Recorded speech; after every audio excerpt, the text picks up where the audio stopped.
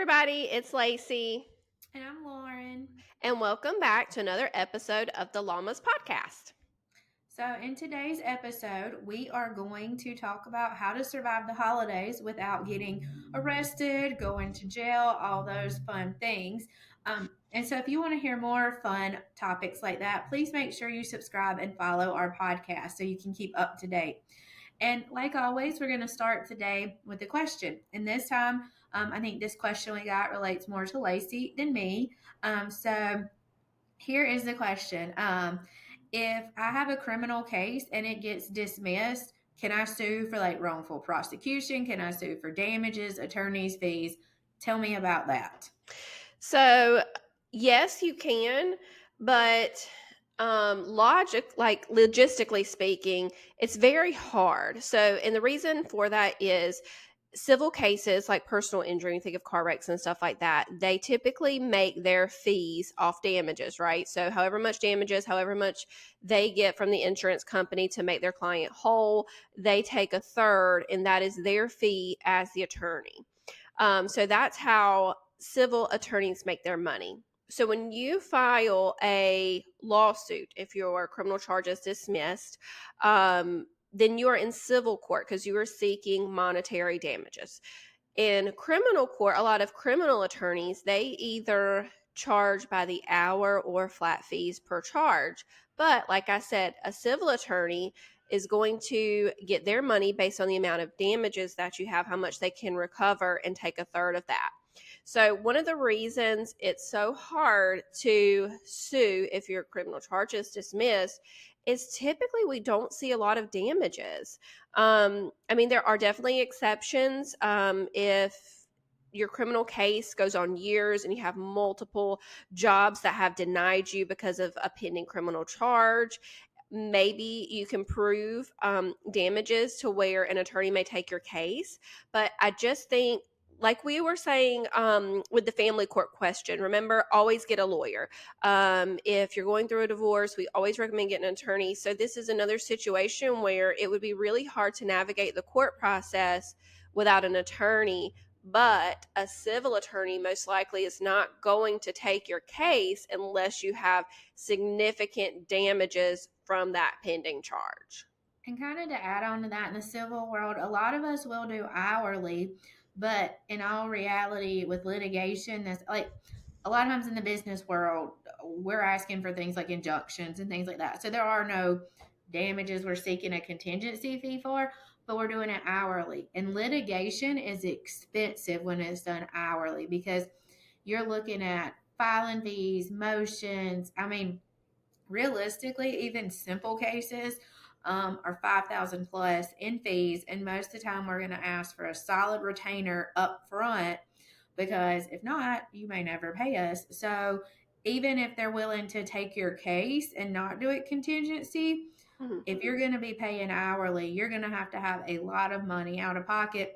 And in the civil world, there's obviously no world can we guarantee results, but you could be out of $5,000 and a jury may not see your side, or a judge, no matter how great your attorney is, you can't make a jury or a judge always do what you would like them to do. So you could still lose and be out of a lot of money if they're not going to take it contingency. So it's really hard sometimes on those cases on the civil side. Yeah, I do know of one case, and he practiced law here for a little bit, but from what I heard, he was arrested for disorderly conduct in Five Points, which is, if you're not from the Columbia area, it's where a lot of college students go. It's a bunch of bars on a certain street. So he disputed the case, of course, but when he was arrested and put into jail, I don't know if, I'm assuming Alvin S. Glenn, his cellmate died by suicide in front of him. So once he got the case dismissed, from what I was told, he did file a lawsuit and was successful there. I don't know how much money or anything, but he had significant damages emotionally from witnessing that, and his charge was dismissed. And I think they were able to prove that he was innocent as well and not guilty of that crime. So those are the types of damages that an attorney would most likely be looking for when taking a case like that. And I believe to this day he still has PTSD and emotional damage from what he experienced that night in jail. So not saying that it can't happen. Certainly there are certain situations. I know Patrick McLaughlin, you could probably Google him and find some of the cases that he has taken in similar situations. But so it's happened, but I just think sometimes it's worth it just to be grateful that your charge is dismissed and move forward in life. Yeah, I would say like on the civil side of things too, it is like in that case, the emotional damages. So you can get damages for emotional distress, but his cellmate committed suicide. That's a very stressful situation. But just I had to go through court is typically not going to be enough. Right. It has to be something intense like that, or maybe you did get denied a lot of jobs and the only reason was but for these false charges, because it is emotional distress is just really hard to prove. Yeah, agreed. So moving on with our topic of the day, how to not get arrested at the holidays. I wanted to ask, so Lacey, I kind of thought about this. I want to take you into like a fact pattern like we did Oh, in law school and see like okay. what your thoughts would be on like maybe two different situations and kind of Okay. see how you would answer those. She didn't give So me a heads up she was doing this at all, by the way. no, Anyone I think listen? it was, Putting me on the trial by spot. fire. So Okay. here you go. I've been at a holiday party with me Mhm. and my friends. I have had one glass of wine and I ate dinner with this. Like I had cheesecake. So do not feel drunk in the least bit. One glass of wine. For reference, I'm 5 feet tall and I'm not going to tell you my weight, but I'm pretty sure I could handle one without being considered drunk. So I had this one glass of wine. I'm driving home. I get pulled over. The cop asked me to get out, take a sobriety test, blow, all that stuff. What do I do? Because I know I'm not drunk, but I've heard so many horror stories on these sobriety tests. What would you in Sure. this hypothetical think about doing?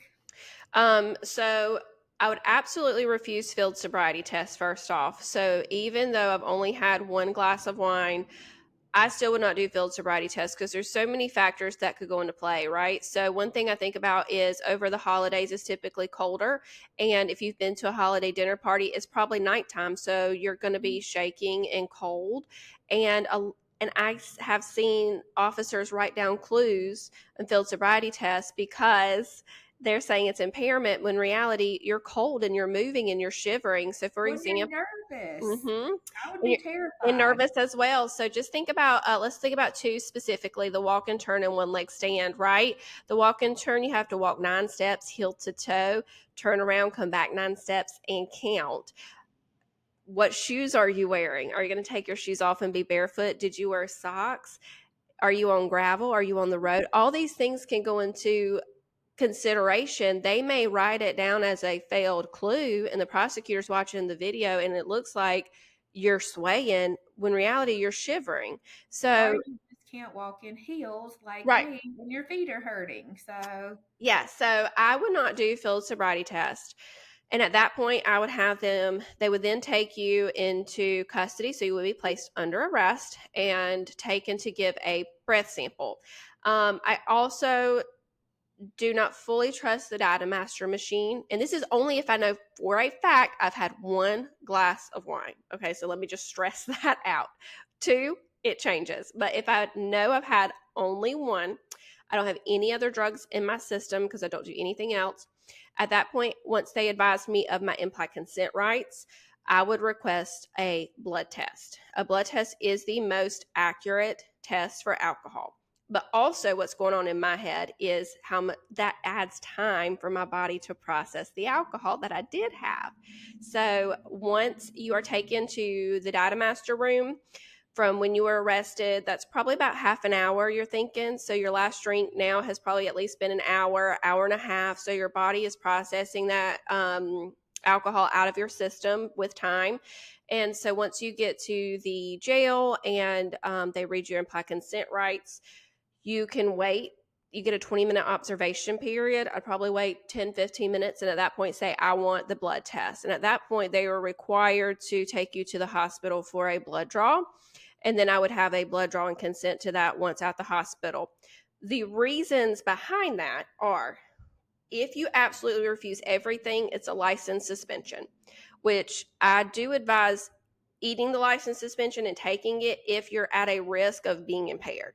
But if I've had one glass of wine and I know for a fact I am not impaired and I'm not going to be over a 0.08, then I don't want that license suspension. I'm not going to want to deal with that extra process. So that's why I would not refuse completely all tests.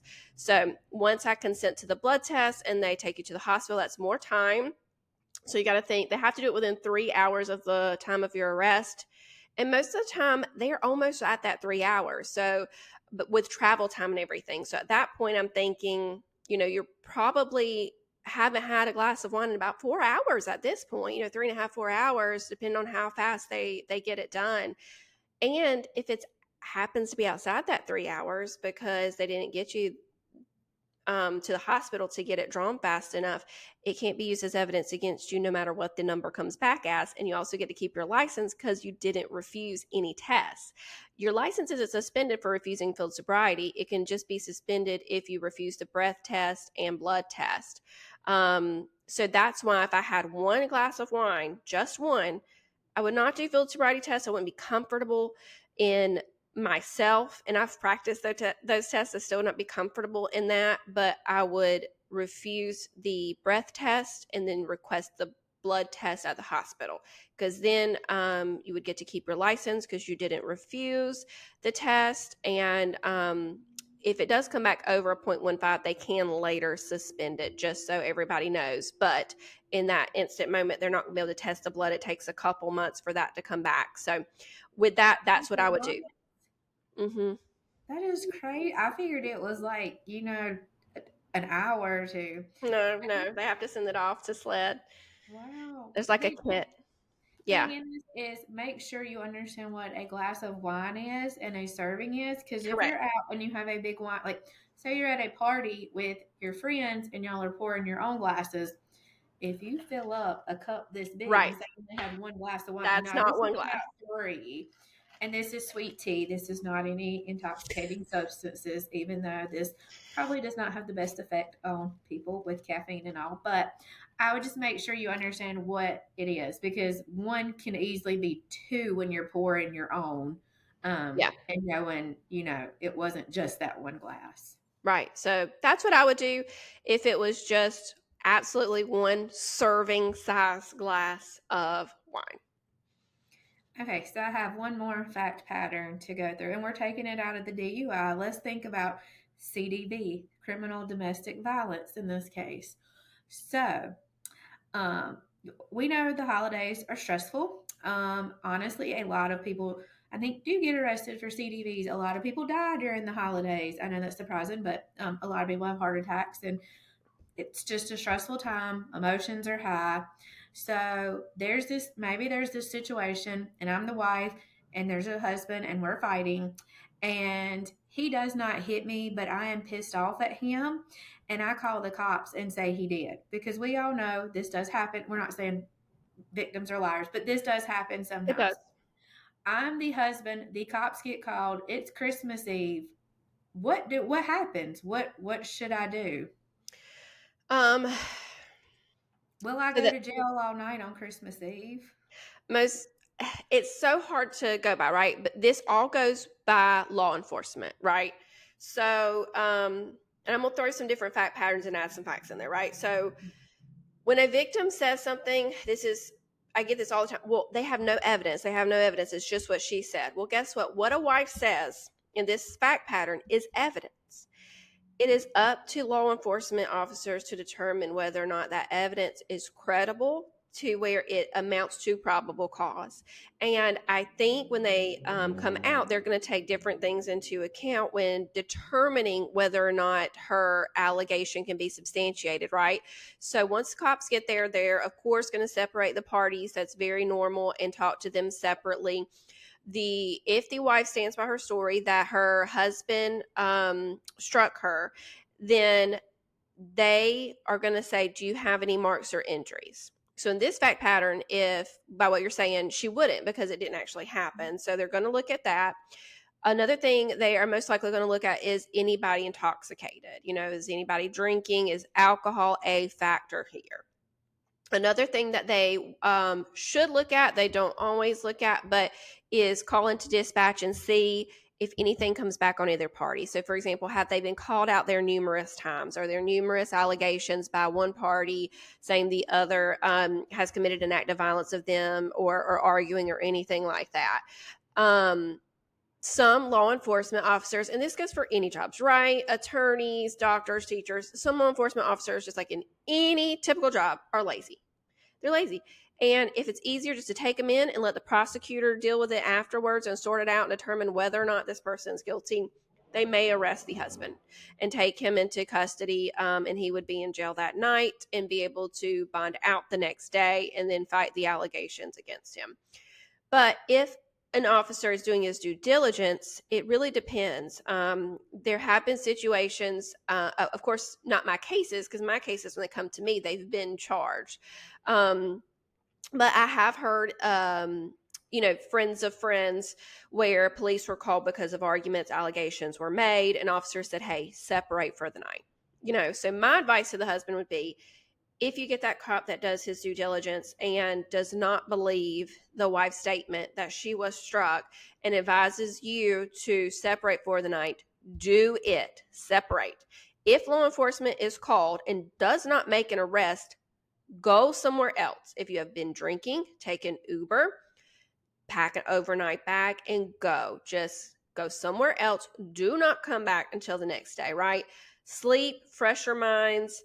That will prevail the next morning where you can talk things through. I would also advise the husband to get a copy of the incident report that they file just in case anything else comes up. I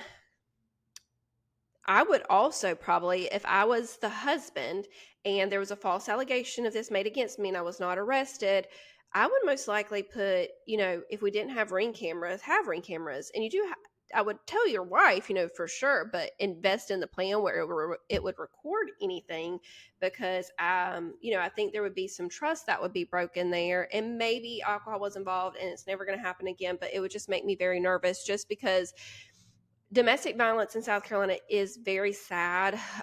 We have so many cases nationwide. Deaths from domestic violence is very high in our state. So I do believe there's political pressure from on police to make an arrest, because if they make an arrest, they can at least ensure that both parties are alive the next morning and there's not an escalation. So I do believe there's a lot of pressure to make an arrest and then sort it out and figure out if it's true or not later.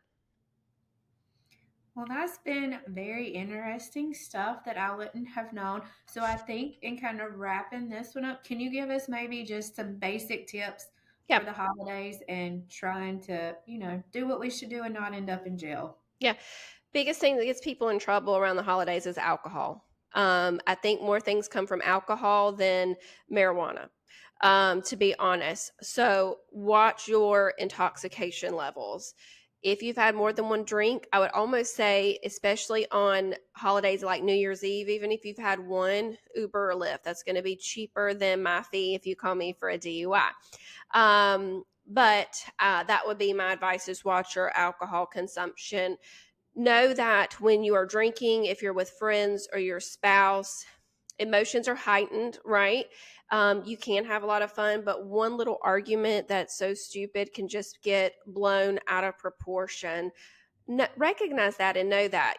I can admit I've been in arguments with my husband when I have been intoxicated or he has been intoxicated. And I tell myself, this is silly and it's going to be fine in the morning and I'm just going to go to bed. It might be easier to go to bed because neither one of us are thinking clearly in this moment, right? And I can't even think, I can think of certain arguments that we've had in the past. Some I can't even remember facts for. No violence occurred, just verbal arguments. I know a lot have been over football and it's so silly, but that's what alcohol does. So, you know, If there's an argument, one of you, it might just be best to walk away and just go to bed and know that, you know what, I could be making this worse because I've been drinking and vice versa. So I would definitely advise to watch your intoxication levels. And, I feel like that goes without saying. I mean, I feel like most allegations, even involving alcohol, are just so isolated, and just one party could have just walked away, and it would have diffused the situation. So just know when to walk away, and you've had too much, and just watch your impairment. And I would say one tip from me, just in general, from what I've seen in the different courts, like probate, even civil court, is be careful what you put on your phone Yes. during that time. Be careful what you put on TikTok or social media, Snapchat, all of that, because this can come out in court cases. So be really careful what's there, because once it's on the internet, it might be admissible in your case. Yeah. And add one more thing. You know, one thing of this job, yes, we do see false allegations, but we also see true victims. And I'm a child of domestic violence, which means that I witnessed a lot of that in my childhood. And that too ramps up around the holidays. So if you're listening to this and you are a victim of domestic violence with the holidays coming up, we encourage, each of you to reach out and seek help and try to find a way out. No one deserves to go through something like that. So if you are a victim and you're going into this in the holidays, I just wish safety on each of you.